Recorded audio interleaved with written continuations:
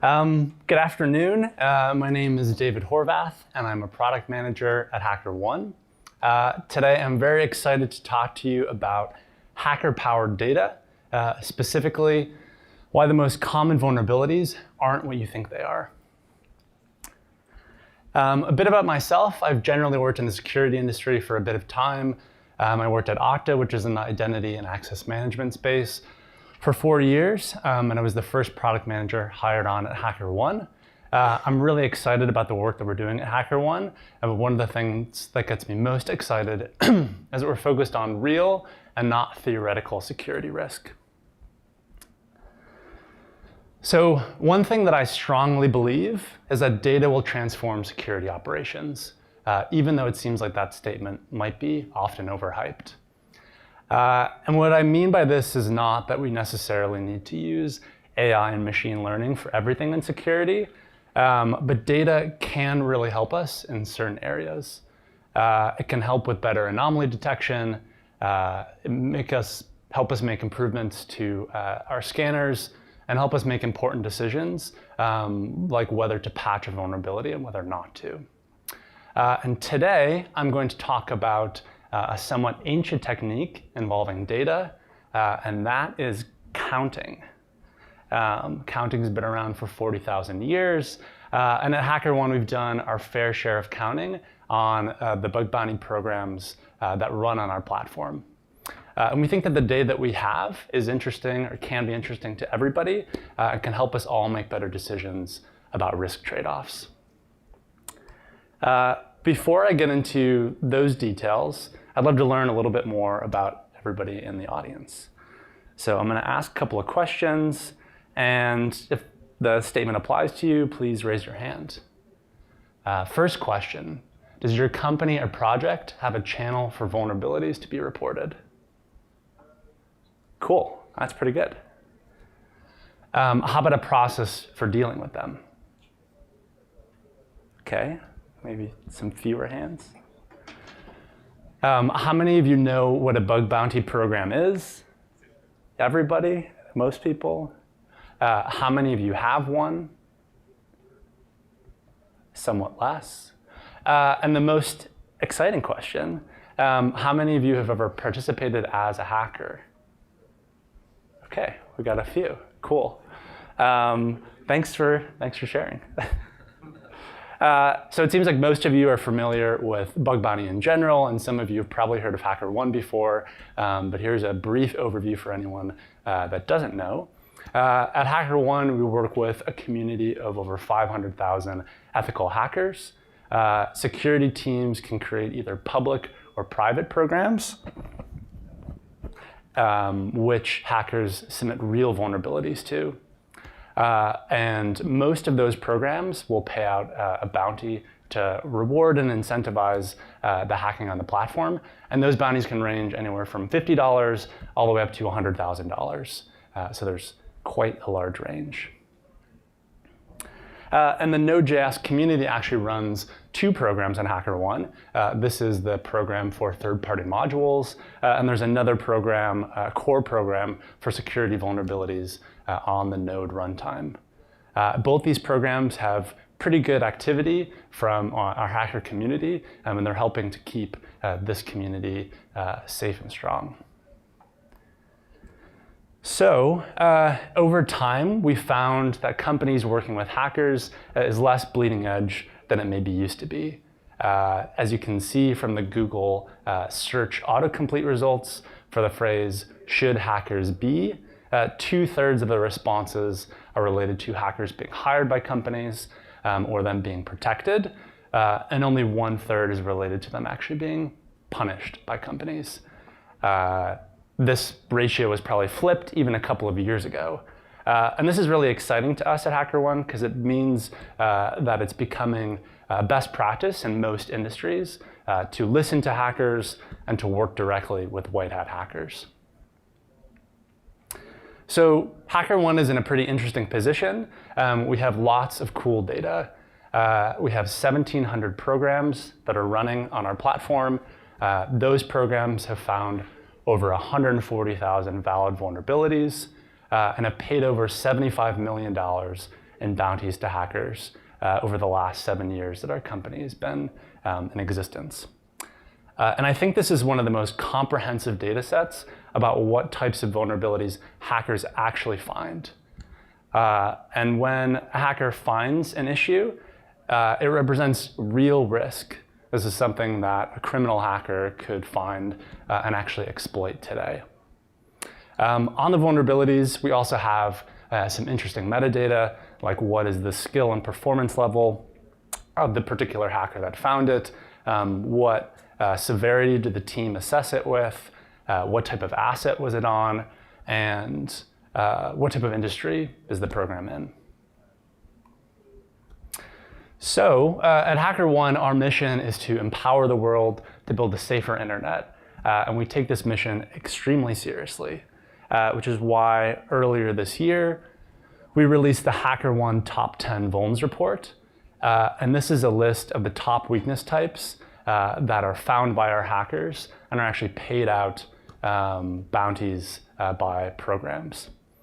You can access this full report today on our website, but I'm going to go through a lot of the highlights in the rest of my talk. So here is the HackerOne Top 10. Of note is that companies pay out for cross-site scripting far more than any other vulnerability type. It accounts for over 30% or about 30% of the total bounties that are paid out platform-wide. Some companies we know are not as interested in cross-site scripting because it doesn't always expose user data en masse like other vulnerability types do. But from our data, it seems like it's here to stay at the top of the pack. The second most common is improper authentication, followed by information disclosure. Then we have privilege escalation, and then SQL injection and code injection. The next one is number 8 spot, SSRF. We think that that's going to grow in the coming years as more and more companies move to the cloud. So in the rest of the talk, I'm going to dig a little bit deeper into what's behind our top 10 and what implications that has for all of you. So let's start by zooming into cross-site scripting, or XSS. As you can see here, not all cross-site scripting vulns are created equal. There are a couple different types. Stored XSS is either a higher critical severity, over 33% of the time, whereas generic cross-site scripting is only higher critical about 6% of the time. And accordingly, the average bounty paid to those is pretty different. Stored pays out $481 on average, while generic only pays out $288. Stored is harder to find, which means it only accounts for a smaller portion of the total cross-site scripting vulns found. I think it's about like 18% right now. So why does this comparison between the different types of XSS matter? I think it matters because if we look at how often a vulnerability type is found, we can infer how easy it is for a hacker to discover it.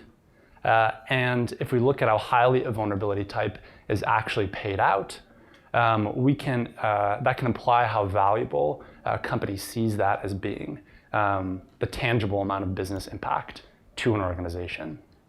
And if we think that risk equals discoverability times impact, then we have some real world bug data that can help us as we're making risk trade-offs.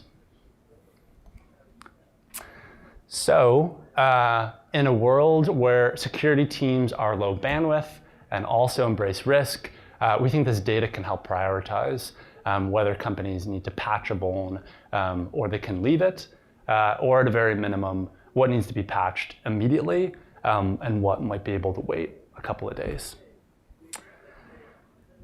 So another interesting thing that our platform tracks are hackers' skills and performance over time. This is Pete Jaworski. He's one of the top hackers on our platform. You can see he's got really good stats. He's a 93rd percentile signal hacker, which means he's in our top 10%. And I was interested to look at whether there's a difference in the types of vulnerabilities that our top hackers like Pete find, and whether there's between sort of less skilled, newer hackers. Is there a difference? And the answer is yes, there are some differences. So this shows the top bounties awarded, split up by our most skilled and least skilled hackers. You'll notice that for both of these groups, cross-site scripting pays out more bounties than any other vulnerability type. I thought that was pretty interesting and surprising.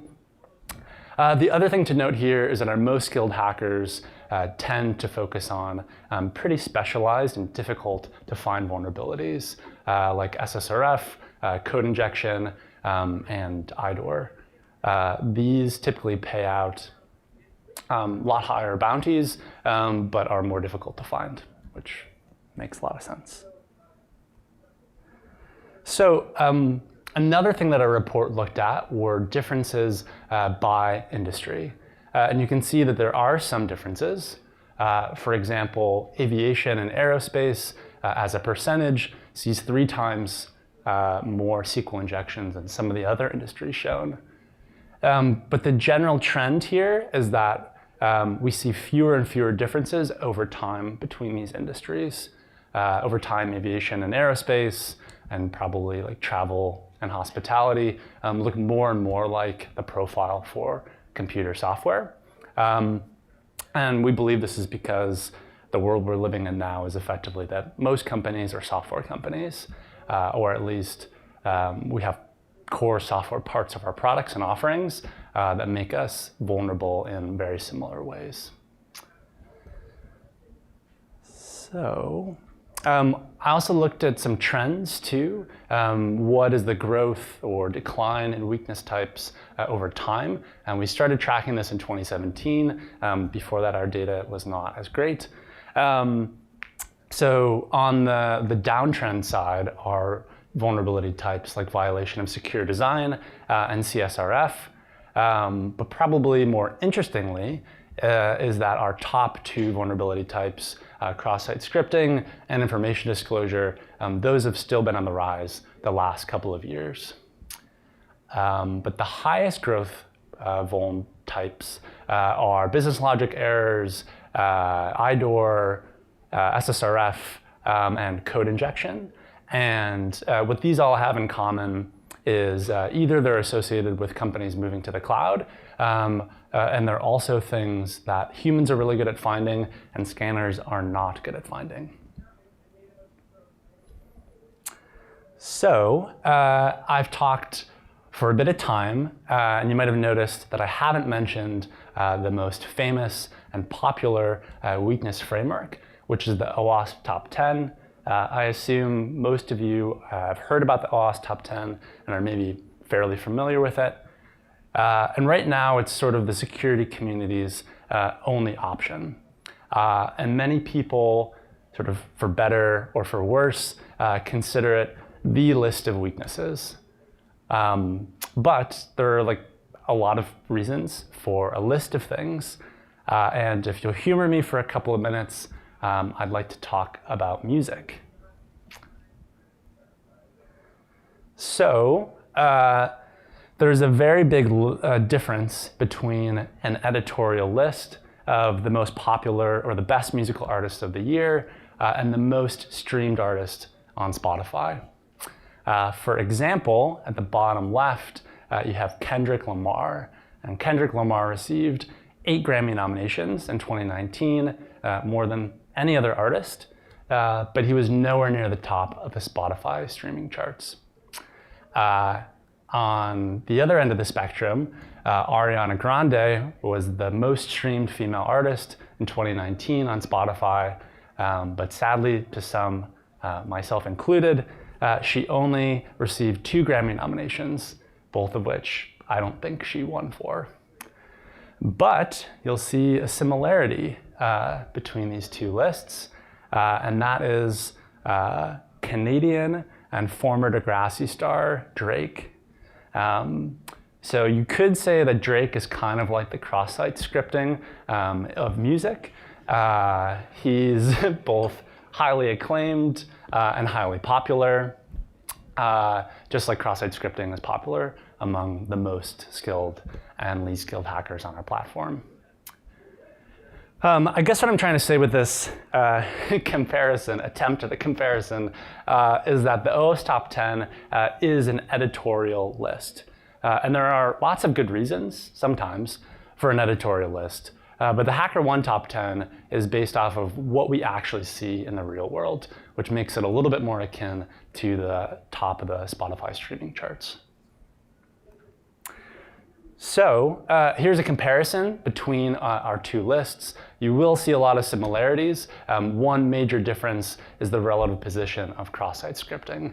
So at the top of our list, kind of middle of the pack on the OWASP side.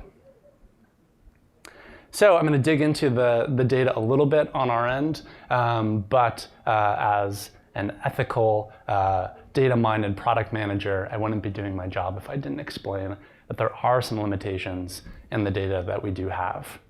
The first is that there's selection bias on behalf of the programs and hackers that we looked at. These are all companies or organizations that have programs on HackerOne, which mean that they're probably a little bit more security conscious than your average organization. The other assumption that we're making is that the types of vulnerabilities that white hat hackers find are the same or similar to the types of vulns that black hat hackers find. We think that this is probably a reasonable assumption to make, but wanted to call it out.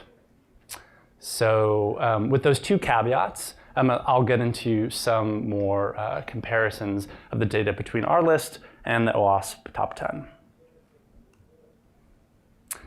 So I think this is one of the most interesting charts in the deck, and it shows the market share for vulnerabilities found, or the discoverability of them, as classified by the OWASP Top 10.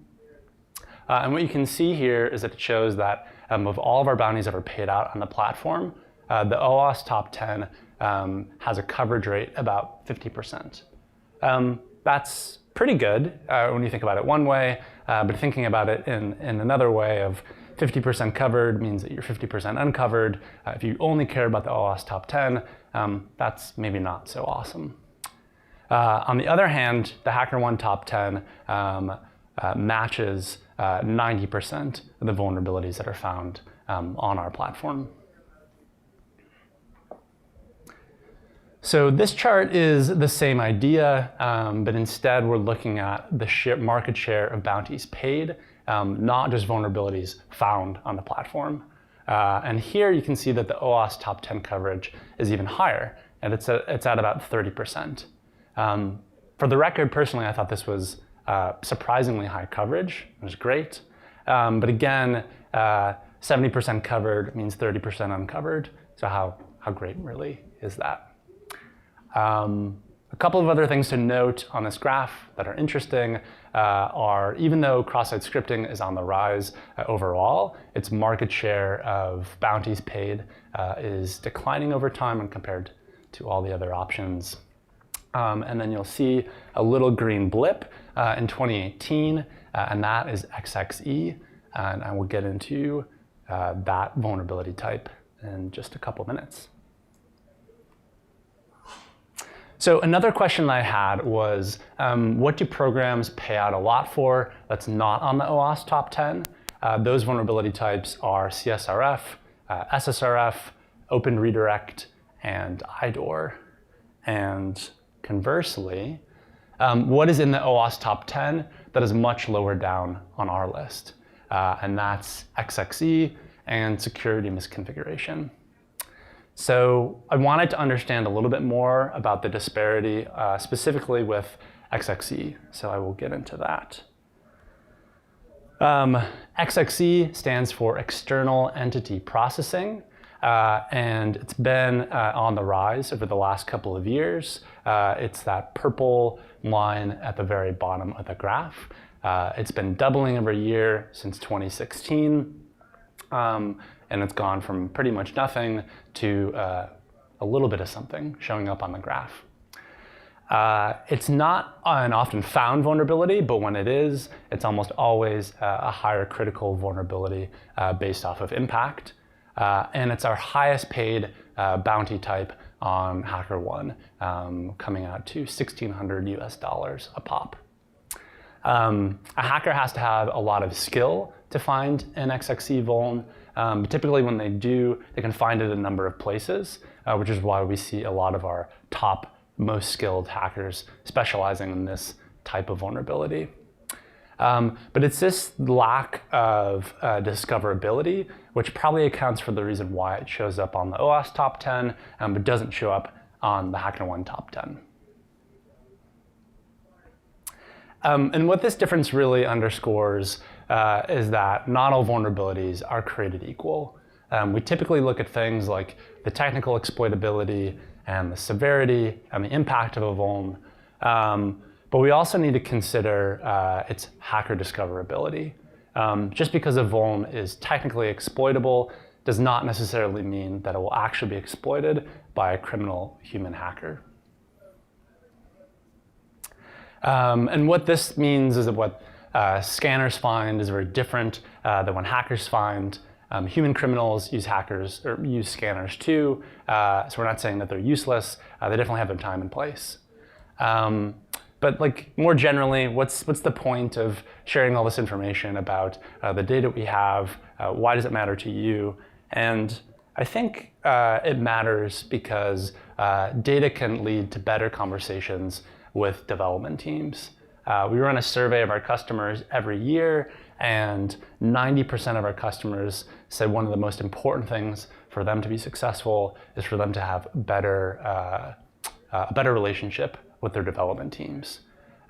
We find that even if security teams know what to patch, they can't necessarily always get the buy-in from the development teams to work on it. Typically, the security development team conversations go something like this. They say, hey, you gotta patch this now, it's important. And the development team comes back with, well, you say that every time. How does this fit in with our current priorities? And what we really want to do with the data that we have is to enable some mutual understanding between these teams. So the conversation goes something more like this. The security team says, hey, this vulnerability is highly exploitable by a hacker of low skill, and when exploited, it's often critical and impactful. And then the development team says something like, hey, I understand, we'll fix it today. So we hope that with this better understanding comes ownership, and with ownership comes patching, if not everywhere, at least where it's most needed. Thanks for listening. That's all I had. I have a couple of minutes for questions, if folks have any.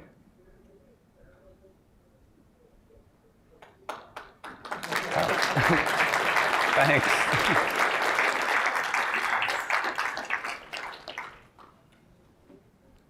Any questions?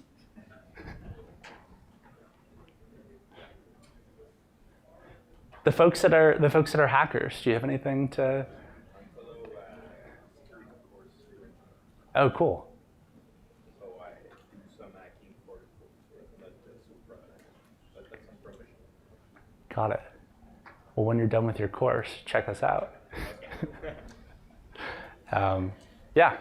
So you said you wanted to change the conversation to be, like I understand this is a vulnerability that an entry-level hacker would do. Is that exposed to anybody? How do we have that conversation? For companies that use our product, they have, like, they can track, or even you, like, you can track what types of vulnerabilities you're receiving, or like are most common. And we have some details around like who those are typically found by. So we expose some of that in the product to customers to like help them make better decisions.